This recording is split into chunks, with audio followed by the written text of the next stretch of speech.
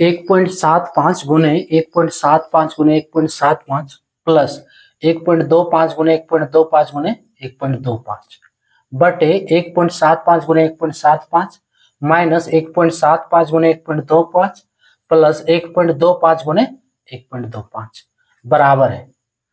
Hello dears, discuss कर रहे हैं एप्टीट्यूड और टॉपिक है सरलीकरण। ठीक है, इसको इंग्लिश में कहते हैं सिंप्लीफिकेशन।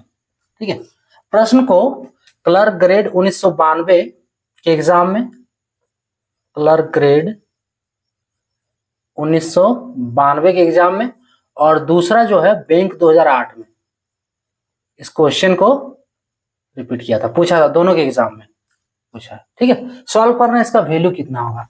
देखो क्या है, 1.75 ये तीन को है, तीनों को गुना किया है, तो तीनों को गुना किया है तो ये हो गया 1.75 का पावर 3 है ना, इतना बराबर 1.75 का पावर 3, और इसको दूसरे भाषा में कहें तो 1.75 का क्यूब बढ़ रहा है। उसी तरह 1.25 तीन गो है, सो 1.25 का क्यूब भी होगा, 1.25 का क्यूब बटे, अब यहाँ पे 1.75 दो हो तो 1.75 का स्क्वायर, सो 1.75 का स्क्वायर माइनस है 1.75, इसको रहने देना है, गुने 1.25 ये रहने दिए, प्लस का चिन्ह है, 1.25 दो को है तो 1.25 का स्क्वायर। यहां तक कोई दिक्कत नहीं। अब देखो हम क्या करते हैं, ऊपर वाला जो टर्म है 1.75 और 1.25 है ना, 1.75 को ए मान लेते हैं और 1.25 को मान लेते हैं बी। क्या बन रहा है, ए क्यू प्लस बी क्यू, दिख रहा है, ए क्यू प्लस बी क्यूब।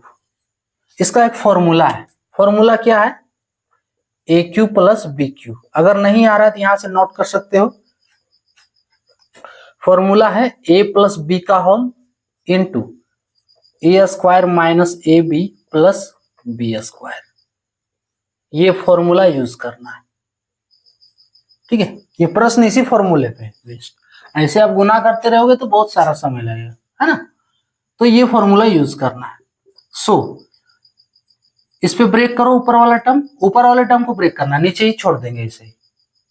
देखो क्या है, a प्लस बी का होल, तो a के रूप में 1.75 प्लस b के रूप में 1.25 इसका होल है ना, इनटू फिर क्या है, a का स्क्वायर, a के रूप में 1.75 का स्क्वायर माइनस ab है तो ab 1.75 गुने 1.25 है ना, b के रूप में 1.25 प्लस b का स्क्वायर तो 1.25 का स्क्वायर बटे नीचे जो है वो लिख देना है 1.75 का स्क्वायर माइनस 1.75 गुने 1.25 प्लस 1.25 का स्क्वायर।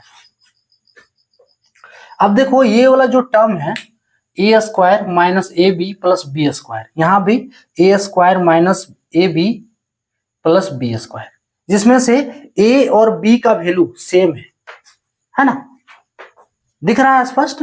ये दोनों टर्म आप काट सकते हैं, कटेगा ही है ना, दोनों का दोनों बराबर है, आप देख सकते हैं, is equals to 1.75 minus plus में है ना 1.25, ये बचा हुआ टर्म, इसको जोड़ दो, 5 5 10 का 0,